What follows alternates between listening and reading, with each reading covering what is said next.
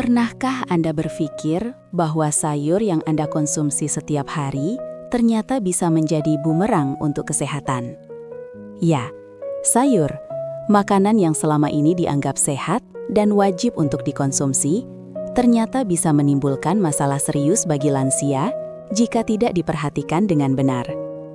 Dokter spesialis gizi dan kesehatan lansia sudah sering memperingatkan bahwa beberapa jenis sayur memiliki kandungan tertentu yang justru bisa memicu gangguan pencernaan, tekanan darah, hingga masalah ginjal pada usia lanjut.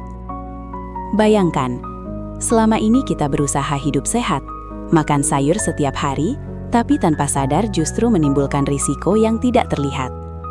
Apa saja sayur yang dimaksud? Beberapa di antaranya sering ada di meja makan kita, mulai dari yang tampak aman seperti bayam, hingga sayur yang selalu ada di hidangan favorit keluarga. Kandungan oksalat, nitrat, atau senyawa tertentu dalam sayur ini bisa menumpuk di tubuh lansia dan memicu komplikasi jika dikonsumsi berlebihan atau salah cara memasaknya. Yang lebih mengejutkan, efek ini tidak langsung terasa. Lansia mungkin baru merasakan gejala setelah beberapa minggu atau bulan, dan seringkali gejala awalnya ringan, sehingga mudah diabaikan. Pencernaan yang terasa kembung, nyeri ringan atau mudah lelah bisa menjadi tanda awal bahwa tubuh mulai bereaksi terhadap sayur yang seharusnya menyehatkan ini. Dalam video ini, kami akan mengungkap 6 jenis sayur yang paling berisiko, cara mengonsumsinya dengan aman, dan tips sederhana agar lansia tetap mendapatkan nutrisi tanpa harus menanggung risiko kesehatan. Ini bukan hanya soal menghindari penyakit, tapi juga soal menjaga kualitas hidup dan energi sehari-hari bagi orang tua kita atau diri sendiri di usia lanjut. Jadi, dari 6 sayur yang akan kami bahas, adakah salah satunya yang selama ini rutin Anda konsumsi setiap hari, tanpa sadar menimbulkan bahaya? Sebelum melanjutkan, pastikan Anda menekan tombol subscribe berwarna merah di bawah ini, aktifkan ikon lonceng untuk notifikasi informasi kesehatan terbaru, dan tinggalkan komentar dari kota mana Anda menyaksikan tayangan ini. Saya Dr. Indri, yang sudah berpengalaman dalam menangani gejala kesehatan ribuan lansia di seluruh Indonesia. Hari ini saya akan membuka rahasia yang bahkan membuat saya pribadi terkejut. Bapak dan Ibu, izinkan saya cerita sedikit dari ruang praktik. Beberapa waktu lalu, saya menangani seorang ibu usia 69 tahun. Keluhannya sederhana, kepala sering terasa berat, mudah capek, dan kadang pandangan seperti berkunang-kunang. Beliau merasa sudah makan sehat, karena hampir setiap hari ada sayur di piringnya. Tapi setelah saya tanyakan lebih detail, ternyata sayur yang paling sering beliau konsumsi adalah sawi asin, acar timun, dan sayur kemasan siap saji. Alasannya karena praktis dan katanya bikin nafsu makan naik. Disinilah masalahnya mulai muncul. Sayur yang diawetkan atau difermentasi biasanya mengandung natrium atau garam dalam jumlah tinggi. Natrium ini memang membuat rasa jadi lebih gurih, tapi pada lansia efeknya bisa berbahaya. Saat garam masuk terlalu banyak, tubuh akan menahan cairan. Volume darah meningkat, lalu tekanan darah ikut naik. Pembuluh darah yang sudah menua dan kaku jadi bekerja lebih keras. Lama-lama, risiko pecah pembuluh atau penyumbatan makin besar. Menurut World Health Organization, konsumsi garam berlebih merupakan salah satu faktor utama penyebab hipertensi, stroke, dan penyakit jantung. Mereka menyarankan batas aman garam kurang dari 5 gram per hari, atau sekitar 1 sendok teh kecil. Masalahnya, 1 porsi kecil sayur asin saja bisa mengandung hampir setengah dari batas tersebut. Saya juga sering menjumpai pasien lansia yang berkata, "Dok, saya tidak pernah makan daging berlemak, tapi kok tekanan darah tetap tinggi?" Setelah ditelusuri, ternyata sumbernya justru dari sayur olahan. Ini yang sering tidak disadari. Lembaga kesehatan seperti Centers for Disease Control and Prevention juga menjelaskan bahwa natrium tersembunyi banyak terdapat pada makanan awetan, termasuk sayur kalengan, acar, dan tumisan yang terlalu asin. Pada usia lanjut, ginjal sudah tidak sekuat dulu untuk membuang kelebihan garam, sehingga efeknya jadi lebih cepat terasa. Bapak dan Ibu, ini bukan berarti kita tidak boleh makan sayur. Justru sebaliknya, sayur sangat penting untuk serat, vitamin, dan menjaga pencernaan tetap lancar. Tapi pilihlah sayur segar, bukan yang diawetkan. Kalau ingin rasa tetap enak tanpa banyak garam, gunakan bawang putih, bawang merah, jahe, kunyit, atau perasan jeruk nipis. Bumbu alami ini bisa membantu menambah cita rasa sekaligus memberi manfaat antiinflamasi ringan. Biasakan juga membaca label kemasan bila membeli sayur siap pakai. Jika tertulis tinggi natrium, sebaiknya dibatasi. Saya selalu mengingatkan pasien lansia begini, tekanan darah itu seperti air di selang. Kalau tekanannya terlalu besar terus-menerus, selangnya bisa bocor kapan saja, dan bocornya sering datang tanpa tanda. Jadi, mulai hari ini, mari lebih waspada dengan sayur asin dan olahan. Pilih yang segar, masak sendiri bila memungkinkan, dan kurangi garam sedikit demi sedikit. Perubahan kecil di dapur bisa membawa dampak besar untuk kesehatan jantung dan otak kita. Bapak dan Ibu, saya ingin berbagi kisah lain dari ruang konsultasi. Seorang bapak usia 72 tahun datang dengan keluhan kaki sering kesemutan, mudah lelah, dan tekanan darah yang naik turun. Beliau bilang, "Dok, saya tiap hari makan bayam dan kangkung, katanya kan bagus buat darah." Memang benar, bayam dan kangkung kaya zat besi, folat, dan serat. Tapi setelah saya telusuri kebiasaan makannya, ternyata beliau mengonsumsi sayur hijau ini hampir setiap hari dalam porsi besar. Bahkan kadang dibuat jus mentah. Disinilah banyak lansia tidak menyadari satu hal penting. Sayuran hijau seperti bayam, kangkung, dan sawi hijau mengandung vitamin K yang cukup tinggi. Vitamin ini sebenarnya sangat baik untuk pembekuan darah yang normal.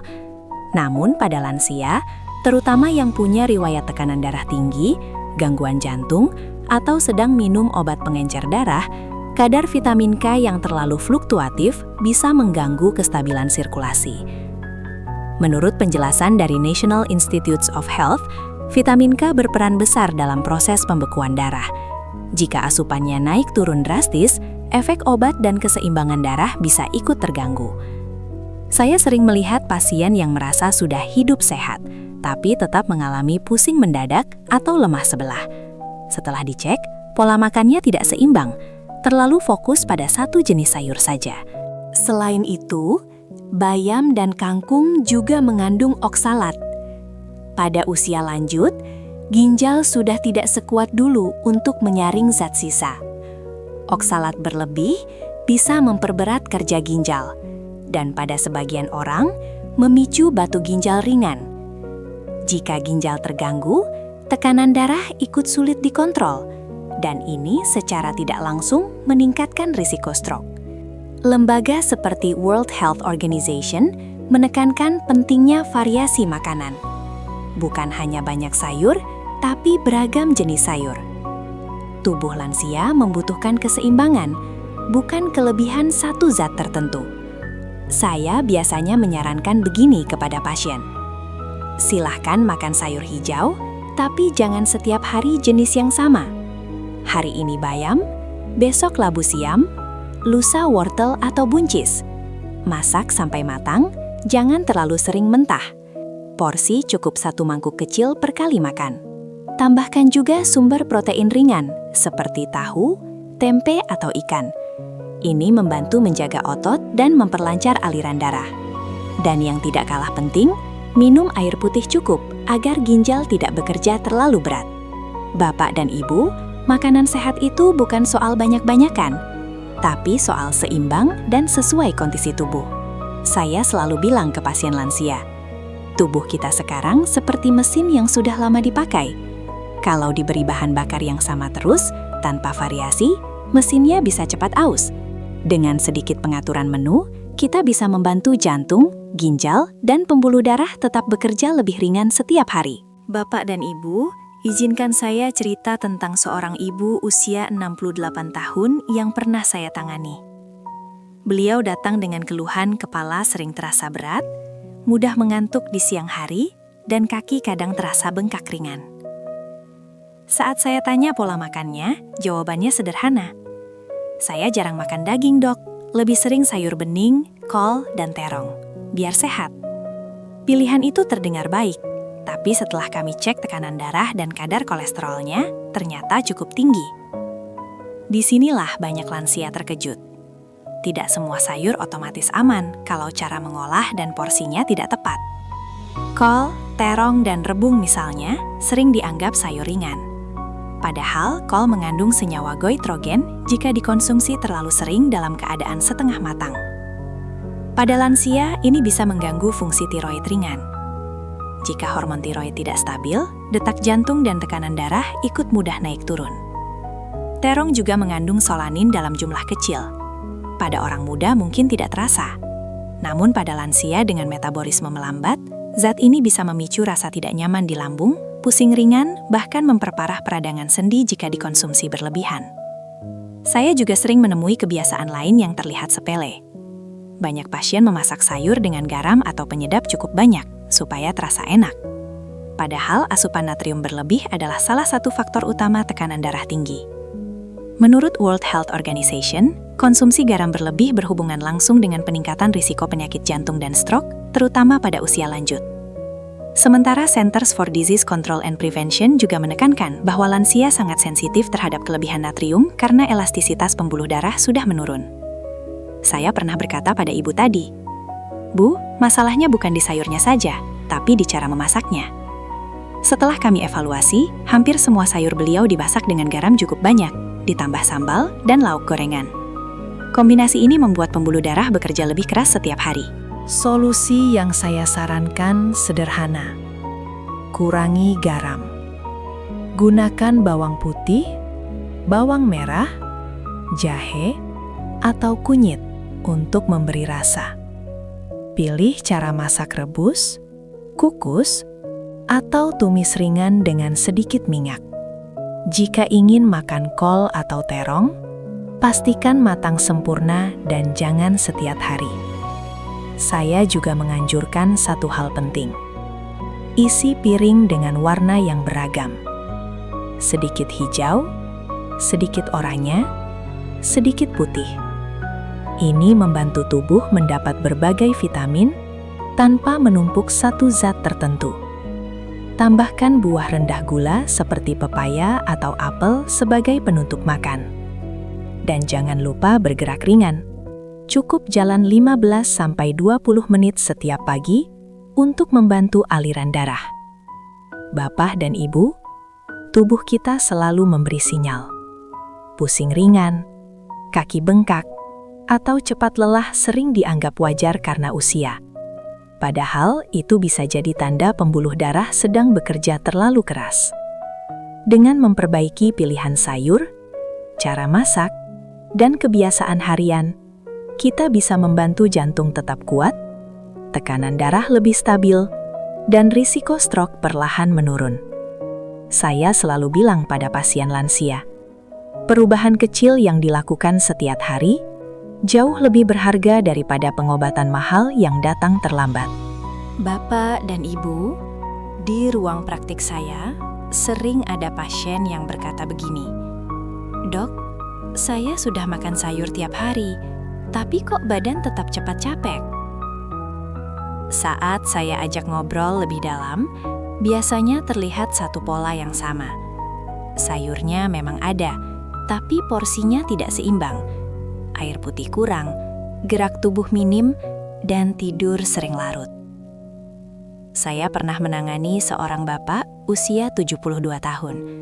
Beliau rajin makan kangkung, sawi, dan kol hampir setiap hari. Tapi beliau juga jarang minum, suka makanan asin, dan lebih banyak duduk menonton televisi. Suatu pagi beliau datang dengan wajah pucat dan tekanan darah melonjak. Untung cepat ditangani. Dari kasus seperti ini, saya selalu menekankan bahwa kesehatan lansia bukan hanya soal memilih sayur tertentu, tapi tentang pola hidup secara utuh. Menurut World Health Organization, risiko stroke dan penyakit jantung meningkat tajam setelah usia 60 tahun, terutama bila disertai tekanan darah tinggi, kurang aktivitas fisik, serta pola makan tinggi garam dan lemak. Sementara American Heart Association menjelaskan bahwa kombinasi makanan seimbang, gerak rutin, dan cukup cairan dapat membantu menjaga elastisitas pembuluh darah. Itu sebabnya saya selalu memberi panduan sederhana yang bisa langsung dipraktekkan di rumah. Pertama, atur isi piring. Setengah piring isi sayur beragam warna, seperempat protein seperti tahu, tempe, ikan atau telur, dan seperempat karbohidrat secukupnya. Jangan terpaku pada satu jenis sayur saja. Kedua, perhatikan cara masak. Rebus, kukus, atau tumis ringan jauh lebih baik daripada digoreng. Kurangi garam. Jika terasa hambar, tambahkan bawang putih, daun salam, jahe, atau perasan jeruk nipis untuk rasa alami. Ketiga, minum air putih secara teratur. Lansia sering tidak merasa haus, padahal tubuh tetap butuh cairan. Targetkan 6-8 gelas sehari, kecuali ada pembatasan khusus dari dokter. Keempat, gerakan tubuh. Tidak perlu olahraga berat. Jalan santai pagi, senam ringan di rumah, atau sekadar berdiri dan peregangan setiap 1 jam sudah sangat membantu melancarkan aliran darah. Kelima, dengarkan sinyal tubuh. Jika sering pusing, kaki bengkak, mudah lelah, atau penglihatan mendadak kabur, jangan menunda periksa. Itu bisa menjadi tanda awal masalah pembuluh darah. Saya selalu bilang pada pasien lansia, tubuh kita itu seperti kebun. Kalau disiram sedikit demi sedikit setiap hari, hasilnya jauh lebih baik dibanding menunggu layu lalu menyiram banyak sekaligus.